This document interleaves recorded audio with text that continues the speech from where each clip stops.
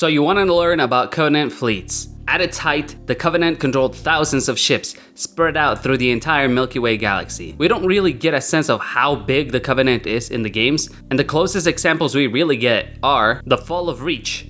Slip space rupture detected. Yeah, we're picking up anomalies too. Are you reading Slip it? space rupture detected. Multiple Covenant signatures. Slip space Does anyone have a rupture vision? detected. They're everywhere! Slip space rupture detected. Halo 2 with the fight for Earth. Slip space ruptures directly off our battle cluster. Show me. 15 Covenant capital ships holding position just outside the kill zone. Something's not right. The fleet that destroyed Reach was 50 times this size. And I'm talking about both the fleet the Truth sends at the end of Halo 2 and the one the Prophet of Regret arrives on during the beginning of the game. However, the biggest by far, not just that we see, but in numbers canonically speaking, is the fleet of High Charity. Though to be fair, this is composed of several other fleets at once, but let's start with the smaller fleets and work our way up to this behemoth of a powerhouse. Let's begin with the flotillas. While not technically fleets, in the Covenant, fleets are very ill-defined. A fleet can have just a handful of ships and still be called something grand and amazing like the Fleet of Joyous Exaltation or some shit. First up, we have the Bloodstar Flotilla. As the name suggests, it was formed to serve the Bloodstars, basically the best of the Silent Shadow. If you're wondering who the Silent Shadow are, as the name is pretty good a place to start with all Covenant things, they are an organization of assassins within the Covenant. Their first and foremost objectives are eliminating the most fearsome opposition through stealth missions aimed to achieve what sending an entire army would not. While often sent to hunt Spartans, they were only successful in taking out Spartan 3s mostly. Again, mostly because it was sort of a trade-off between the Covenant and the UNSC. Highly trained warriors for highly trained but expendable Spartans. The Bloodstar Flotilla was mainly composed of intrusion corvettes, small stealth-specific corvettes that could slip past most defenses to land on planets undetected. The leader of this flotilla, as well as the Bloodstars and Silent Shadow, was the First Blade, Tal Zazulai. If the name sounds familiar, don't worry. He's barely worth a mention, but the First Blade title is notable as it's basically the equivalent of being the best of the stealth warriors the Covenant can muster. This fleet is primarily involved in the conflict of Silent Storm. The book takes place during the beginning of the Human Covenant War, and it's a fun read to see Master Chief and his Spartans be badass. Personally, I think the writing of Chief's character is a little off. He's treated as his super battle-hardened self from the regular events of Halo, but this takes place while Chief is still 15 years old. It's 1 year since the Covenant War began, but this is just an excuse to write an action story. Next is the Flotilla of Unsung Piety. Much like the previous flotilla, this one is also primarily composed of stealth vessels, because the Covenant likes to throw around the word honor here and there, but they sure love hiding and sneak attacks more. The flotilla is composed of 10 Covenant intrusion vessels and 1 frigate. While the frigate stands out amongst the cloaked stealth vessels, this is intentional. It was to draw their foes and ambush them with the rest of the fleet. Though this is a once-only sort of tactic, considering the fleet was managed and mastered by Nizat Kavarossi, a fleet master who'd failed during the Battle of Zoist so miserably, he had to prove he still had honor left by getting rid of Oni. But we all know he didn't succeed. And beyond that, he lost his entire flotilla, save for 2 ships. He's gonna appear in a few more of these, so hold on for him. The Silent Truth and Quiet Faith. Still pretty badass names, but nothing like the Long Night of Clapping Cheeks. This flotilla was ultimately destroyed when they ran from the Covenant to start their own conflict with Oni, picked a fight with the UNSC and the Covenant in the middle of a battle between the two parties, and ended up being the one that took the most damage. And that's saying something, considering humanity is the one who usually came out of these conflicts on the losing end. Truthfully, Kavarossi just sent his ships straight to the graveyard. Trapguard was countered by both Covenant and UNSC fire, and they are nothing more than a tiny footnote in the history books. The final flotilla we have, the San Shayun Flotilla. They may not be the prettiest alien race, they may not be the strongest, but by God, they are the most coward. This flotilla only really existed to get the prophets off High Charity during the fall that came from the Great Schism. While the Flood were rapidly expanding across High Charity, and the Brutes were surprise attacking the elites out of their own homes and ships, this flotilla loaded up with San Shayum, who tried to escape to a shield world. They knew what the rings would do and decided they would escape the coming galactic reset and shape the galaxy in their own image. This, as we know, did not turn out very well for them. The flotilla broke up into several even smaller pieces as the last known living prelate ran away with a contingent of brutes to steal the Long Night of Solace. Well, actually that was a decoy plan. His real plan was much more interesting and relating to steal a Halo. It is honestly one of my favorite side plots in all of Halo, and I highly recommend reading Broken Circle for it. I could also make a video of what happens, considering everyone loves the half-jawed elite and San Shayum prelates. Alright, let's get into the fleets now. Some don't have much information, while others have so much we couldn't possibly do justice to them. Let's start with the shitty fleet from the Halo TV show. The First Fleet of Solemn Accord, composed of 71 ships, including 1 assault carrier, 10 battle cruisers, and 60 heavy corvettes. Just because we only see this one in the Halo TV show doesn't mean it's not canon, but we will try to forget about the show. Otherwise, oh boy, that is a massive fleet, even by Covenant standards. No tiny support ships either. Only world killers among them. In the show, the fleet was actually hunting Vargatanai, the show's version of the Arbiter, at least for now, as he had deflected from the Covenant for his personal hunt of the Halo. This fleet is a failure amongst failures. Not only do they fail in retrieving the Arbiter, his ship, Cortana, the artifact, and Makee, the so-called Chosen One, but they're beaten by the UNSC in open combat. Mind you, by no means should they have lost. Kai takes control of 1 corvette and rams it into the leading assault carrier? Okay, even if that worked, the Covenant were near the Halo en masse, and the UNSC was sending more numbers than the Covenant, yes, but their numbers really meant nothing when the Covenant was picking them off the moment they got out of slipspace. Supposedly the Covenant fleet was beaten, but I highly doubt it. We'll have to wait and see if there's ever a season 3 to that mess. Let's get back to the more canon fleets now. However, now we go to the second fleet of Solemn Accord. This fleet is really what kicks off the events of Halo the series as we know it. The second fleet of Solemn Accord comes upon the planet known as Sigma Octanus 4. Most of this fight takes place in little spurs within the pages of Halo full of Reach, but it is a treat to read. The fleet is immediately engaged by 48 UNSC warships. It's Vice Admiral Stanford's fleet, also known as the Leviathan Group. And they don't pull any punches on the Covenant. There isn't much information about the fleet, but it was 24 ships of varying classes, massive enough that the UNSC considered Sigma Octanus 4 dead the moment they saw how many ships arrived. It didn't mean they were gonna lay down and die, but the only reason the second fleet of Solemn Accord was defeated was because during the opening salvo, the UNSC fired their MAC rounds all at once, dismantling the Covenant's shields almost in their totality. When the Covenant returned fire, they didn't realize they were playing a turn-based combat game, and the UNSC had cheated by using 2 moves in 1 turn. The shipyard/refit station known as the Cradle moved in to intercept the Covenant plasma cannons and block the attack. The refit station was deplorably destroyed, but the UNSC had managed to recharge their mag guns, and the subsequent return of fire demolished almost the entire fleet. Not only that, but the last few strays from the fleet that were on the surface of the planet failed to get their data on the Forerunner artifact they were looking for, leading to a catastrophic failure on the Covenant's part, forcing them to retreat. Unfortunately, the Covenant left a few spy drones, which would ultimately lead to the discovery of Reach and then installation of 4, which kicks off the last 23 years of Halo lore. Sadly, we do not know what happened to the fleet afterwards really, but my best guess is they retreated to High Charity, some were killed and replaced by losing their honor in battle, and the remaining ships that escaped were probably engulfed into other fleets, either the one that would attack Reach or to protect High Charity. Ultimately, it doesn't matter as the war was coming to an end very soon, and the Great Schism means that the remaining ships were too broken to escape the carnage that was a 3-way war on High Charity. Maybe the Covenant should have stopped naming fleets Solemn Accord. Both so far failed. Next we have the third fleet of Glorious Consequence. The canonity of this fleet is debatable.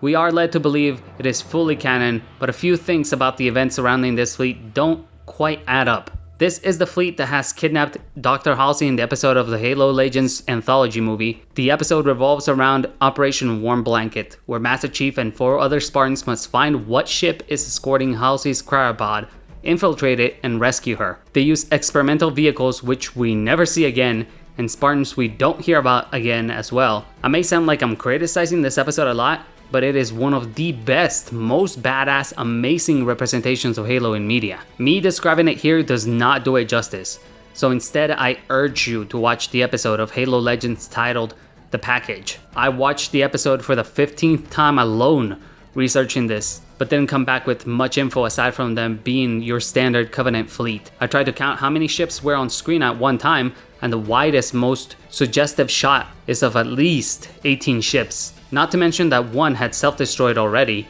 and shots coming from off-screen suggest there is more ships on the other side. That, combined with all these seemingly being battle cruisers or heavy cruisers, means this may not be the largest fleet, but it was most likely one that was used on fully engaging the UNSC and the Covenant enemies in battle. It seems like a lot of firepower to not be the case. I can't rave enough about this episode. Again, go watch Halo Legends, The Package. Next up is the Fleet of Inexorable Obedience. Here we see the return of the Fleet Master from the previous entry, Nizat Kavarossi. This was his fleet before the failure of the Battle of Zoist, where he shamed himself and pursued his personal vendetta against Oni and the Spartans. His fleet consisted of over 100 ships, ranging from medical support to multiple CAS-class supercarriers. During the early years of the Human Covenant War, if the Hierarchs wanted a world to burn, this was the fleet they sent in. It was massive and it held well for long-term campaigns, with medical support ships, refit control, and repair ships. It was the right arm of the Covenant's offensive strike force. The events of the Battle of Zoist led to the destruction of this huge Covenant fleet, are all in Silent Storm. If you want to read about the Spartans and ODSTs being absolute badasses, extra, read all about it. I don't want to spoil the end of the book, so let's just say over 100 ships versus a handful of ODSTs was never really a fair fight. The Fleet of Recalcitrant Ire. This fleet did not see much action during the Human Covenant War, as its main job was administrative duties and keeping a tight leash over the races on the French outer edges of the Covenant Empire. While many people are unaware that the Covenant had more species under its control than what we see in the main games, there are some sapient species that are somewhat part of and related to the Covenant. This fleet was in charge of dealing with them. The most important facets of this fleet are brought to bear after the decomposition of the Covenant. After Truth's death on the Ark, they joined the Arbiter and the Swords of St. Helios and were tasked with helping the post-war transition. The fleet consisted of 2 assault carriers, but I'll get to that in a second, 4 heavy destroyers, 12 battle cruisers, 7 warships, and an unknown number of lower vessels ranging from corvettes to banshees. The 2 assault carriers are where things get interesting and we can determine where this fleet is at right now and what happened to it. One of the carriers is the flagship of the fleet, while the other one was the Enduring Conviction.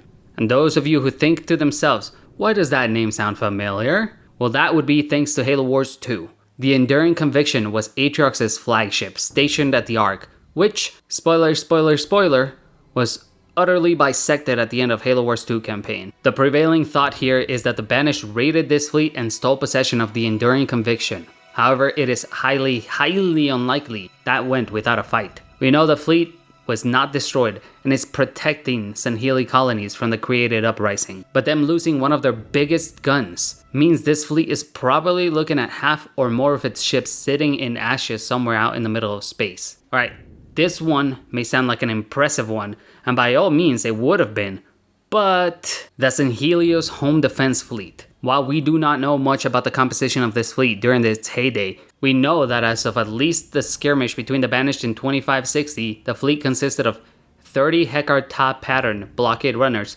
and 27 Zanar pattern light cruisers. This fleet is a tiny fraction of its former self. While the Sanhelios home fleet is mentioned to be in the hundreds if not thousands, that was before the fall of the Covenant. Very soon after the Great Schism, shipmasters defected and took their ships to make a name for themselves. A large chunk sided with Jewel and Damas Covenants, some became pirates, some joined the Banished, some just scattered to the wind, while others joined Avu Med Telkam. The fleet currently has less than 60 ships as the Swords of St. Helios and the Kaidons of the Houses of St. Helios fight over what to do in regards to Cortana's ultimatum of peace. The last fleet in this section is the Fleet of Swift Justice. As the name suggests, it is sent out to enact swift justice that the prophets deem fitting.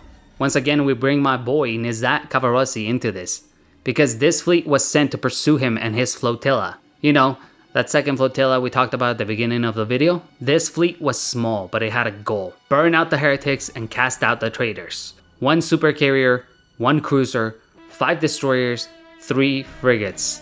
All we really know about this is that it won the 3-sided war between the UNSC Oni and Cavarosi's flotilla, stranding the shamed ex-fleet master on Netherop as punishment. The fleet returned to High Charity, and we have no more clue what happened to it. But, as I will touch on later during the final section of this video, the fate of this fleet will probably be very similar to a lot of the other fleets. Let's interject here with the fleet of Glorious Interdiction. This fleet is the one in Halo Wars 1, commanded by, at the time, Arbiter Ripa Maromi. While the events of Halo Wars don't tell us much about the size of this fleet, it does lead us to a few conclusions. The fleet is split in two. Part go to Trove, where the events of Halo Wars mainly take place, the shield world they discover and blow up. The other half would stay and decimate Arcadia. While we know the half that went to Trove failed and perished against the Flood and the Spirit of Fire, the ones that stayed on Arcadia, we can assume one of two things. Either after destroying most of Arcadia, they went back to High Charity, scoring the Prophet of Regret since the Arbiter sent him back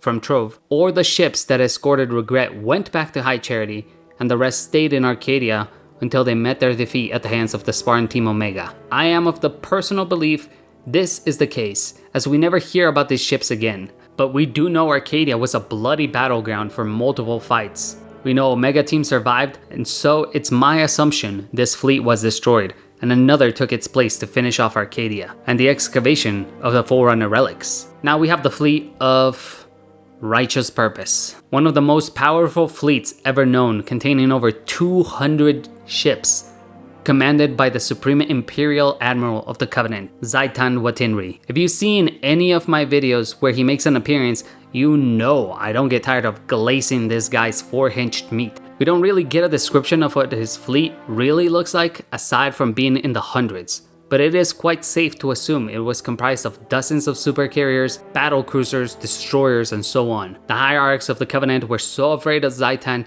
they had him patrolling the outer edges of Covenant space. If this fleet had gotten involved with the Human Covenant War, humanity would have lost in record time. Or maybe they would have seen through the lies of the prophets a lot sooner. Either way, the war would have been vastly different. This fleet is mainly mentioned in Ghost of Onyx as it gathers to set a trap for the Brutes during the Great Schism, during which a small force splinters to go off to Onyx. While almost all of these get destroyed by the UNSC, they ultimately win when reinforcements arrive, catching the UNSC by surprise. Though the rest of that group too get demolished by 1 trillion Sentinels. And if you think I'm exaggerating, no, I do mean 1 trillion Sentinels. The main bulk of this fleet meets its absolute demise to the Nova Bomb that tears apart over 150 ships, a moon, and the surface of the elite colony they were on. Want to know more about this magnificent fleet? Read Halo Ghost of Onyx. Alright, I've tiptoed around these next two groups long enough. This section we call the Fall of Reach. We start off with the fleet of Valiant Prudence. That is the fleet that discovers Reach, mainly by sending in covert groups to track down artifacts and take down communications. The fleet is composed of 1 supercarrier, the Long Night of Solace, 3 heavy cruisers, 13 battle cruisers, 36 heavy corvettes, and quite possibly even more small support vessels. This was one of the Covenant's strongest fleets at the end of the war. That is, until they came upon Reach. While Reach doesn't do a very good job at showing just how bad things are from the get-go, we need to expand on it. In the game, we see a few corvettes and a couple of battle cruisers, as well as the supercarrier the Long Night of Solace. But really, the fleet that was at Reach was already quite large. The defense forces of the system had to battle at least 53 ships that were simply considered a scouting force. Ultimately, this entire fleet, if not 90% of it at least, is destroyed in the opening stages of the battle for Reach. There is no real definite answer, but while Reach was lost, the Covenant still suffered a major loss at Reach. Hundreds of ships fell before they could take the skies, much less the surface. During the cutscene where the Long Night of Solace is destroyed,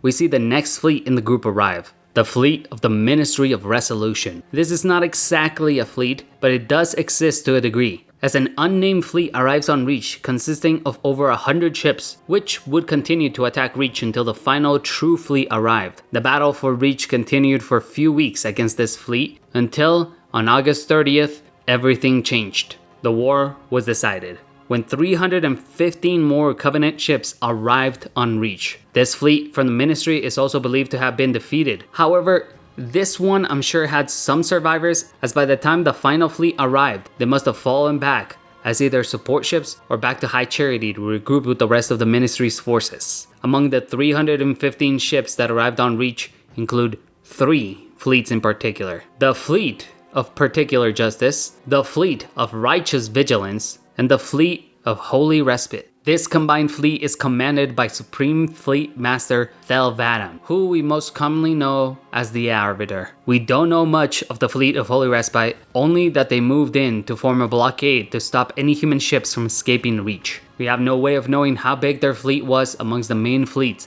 that joined the battle for Reach. But similarly to the Fleet of Righteous Vigilance, they were there as a support to Thelvadam. The Fleet of Righteous Vigilance we know consisted of at least 18 ships. Doesn't sound like much in the grand scheme of things, but keep in mind that at least 18. We know this fleet survived in some way or another, as during the Great Schism the Fleet Master personally executed the Prophet of Conviction after learning of the Prophet's betrayal. As for the Fleet of Particular Justice, on a regular basis it had at least 60 ships, ranging from corvettes to supercarriers. The numbers on this one are a bit fudged, since the fleet would combine with smaller fleets and temporarily lead them during campaigns to burn out human worlds they encountered. While the fleet had arrived at 315 strong was massive, we know that for a fact the UNSC beat back and destroyed over 2/3 of them. Ultimately, I want to highlight how many ships the Covenant lost to take Reach. While this was the biggest blow to humanity in the entire war, it was the Covenant's as well.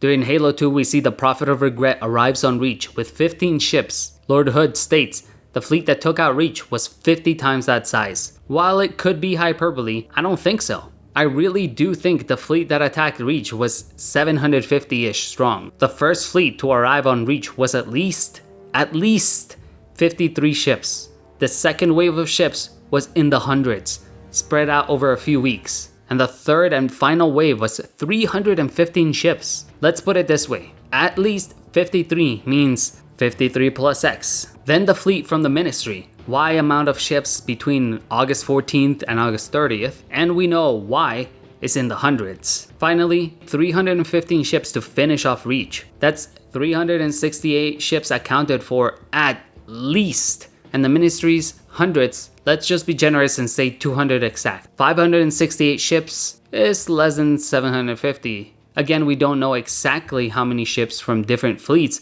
found their way into the battle, but from the Halo mythos, we know over a dozen unnamed fleets had gathered at Reach by the time the dust was settled. Reach fell, but so did most of the Covenant's fleet. Well, aside from what we'll talk about next, as far as the Fleet of Particular Justice goes, we know that Thelvadam chased the Pillar of Autumn with 12 ships in his command.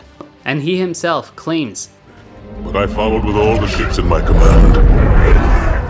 So we know his fleet took massive casualties. That and Cortana managing to take out a few more during the opening of Halo Combat Evolved, and they lose a few more during the events of Halo CE, as well as the aftermath during Halo First Strike. So truly this fleet is left with nothing but a few scraps that it consumed after the battle on Reach. Next, we have the section where I call this the High Charity Defense Fleet. Now this is both technically one and multiple fleets. While fleets were on rotation, so to speak, to guard High Charity, it did have its own dedicated fleet that was used to defend it. Hundreds of ships served to protect High Charity, but from them, the fleets that composed its main defense corps were the Second Fleet of Homogeneous Clarity, consisting itself of hundreds of ships. In Halo Broken Circle, we found out it had vast complements of battle cruisers and stealth vessels, as well as hundreds of corvettes, and a few dozen supercarriers and everything in between. Among this fleet is also the Fleet of Blessed Veneration, which was mostly used to bring goods and supplies to High Charity. However, they still functioned as its protectors. The Fleet of Righteous Prayer was also part of the Defense High Charity fleet, as they were mostly decimated during the battle for Meridium, again an unknown number of ships,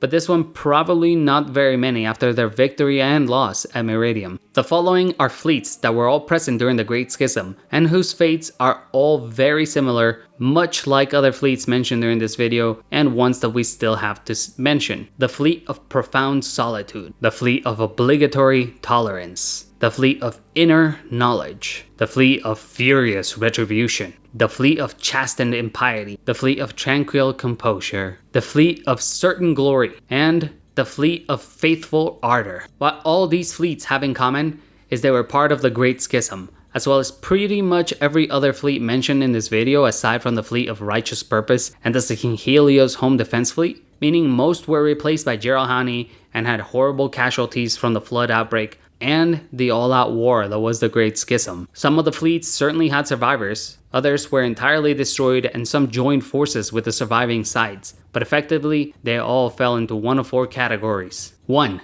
They were destroyed during the onset of the Great Schism. 2. They were destroyed for containment of the flood. 3. They escaped the Great Schism and partook in the battle for Earth and the Ark. 4. Survived to join other factions such as Julim Damav's Covenant, the Banished, the Swords of Helios, or their own factions. Now we have the final 4 fleets, which I think are worth talking about on their own right. Let's take a step back before the Great Schism and talk about the fleet of Sacred Consecration. That is basically the Prophet of Regret's fleet. Upon discovering the location of the portal to the Ark, or what they believed to be a way to find the Halos at least, the fleet jumped the gun and went to Earth, not knowing this is where humanity kept its cool shit like hot dogs, puppies, and monster trucks. The fleet of Sacred Consecration was composed of 2 supercarriers and 13 cat-pattern battlecruisers. While the fight for Earth kicked off, several battlecruisers were defeated fast and in a hurry. But the Prophet made a huge miscalculation out of being one thirsty bitch. The supercarrier Day of Jubilation was destroyed by the Master Chief during one of Halo's most badass cutscenes. While the second supercarrier we don't really know much about aside from it being the ship that jumps into slipspace to head for Installation 05, it is the ship we basically tiptoe around for half of Halo 2. And though we do not know what happened to the Solemn Penance, I personally believe it was utterly destroyed because of the outbreak of the flood on Installation 05. And High Charity. The fleet ultimately fell and whatever remained joined the Prophet of Truth's fleet, but before we get to them, we'll talk about the fleet of Furious Redemption. This fleet was commanded by Jiralhanae and was sent to attack Mars. After heavy casualties, they did manage to destroy almost all of UNSC personnel on Mars and followed to Earth in search of the fictional device in Cleveland. This was mostly to waste the Covenant's fleet's time while the UNSC regrouped and launched a counterattack, as well as to keep the dig site at New Mombasa a little less congested. We don't know how many ships nor their classification, but we can assume that it was a heavy enough fleet to take out Mars, one of the most well-fortified places in the UNSC-controlled sphere of influence. Though their fate is not directly known, we can easily assume they joined Truth's fleet, the second to last fleet on this list. Truth had a massive fleet at his disposal, which he split into several groups. The initial party that came to save the Prophet of Regret before finding it was gone. The over 500 ships stationed at the unyielding Hierophant Station, which I don't want to spoil one of my favorite Halo books, but that fleet, let's just say it never sees the light of day after the Spartans are done with it. About 8 excavation ships, 50 ships at the Battle of Voi alone, his 12 personal ships, 30 at the battle for the Ark, and a few hundred more that were just broken remnants of the ships that we mentioned earlier that survived the war and the Great Schism that joined the Prophet's lies. Almost entirely composed of brute shipmasters in this case. We know what happened to this fleet. While it was hundreds of ships, they almost all perished either trying to get to the portal on Earth or against the last fleet we have to talk about, the Fleet of Retribution. The Fleet of Retribution is led by the Shadow of Intent, with both the Arbiter and the shipmaster Rataz Vadum making decisions on its behalf. This fleet is composed of hundreds as well. However, much like Truth's fleet, it's just the broken remnants of the Great Schism that sided with the Sanheli. The fleet had mostly stayed behind to guard High Charity as the flood infected every inch of the supermassive construct. During the final battle to stop Truth from activating the Halos, only about 10 ships partake in the battle of 30 v 10, where the elites and the entire fleet of Retribution take heavy losses, but ultimately come out victorious. The battle takes place during the Halo 3 mission, the Covenant, and the remains of this fleet hold off the flood infected forces from High Charity, buying enough time for the Master Chief and the Arbiter and Johnson to cleanse the Ark and the unfinished replica of Installation 04 of Floodlife. This fleet would go back to San Helios and rejoin the remains of the San Helio Home Defense Fleet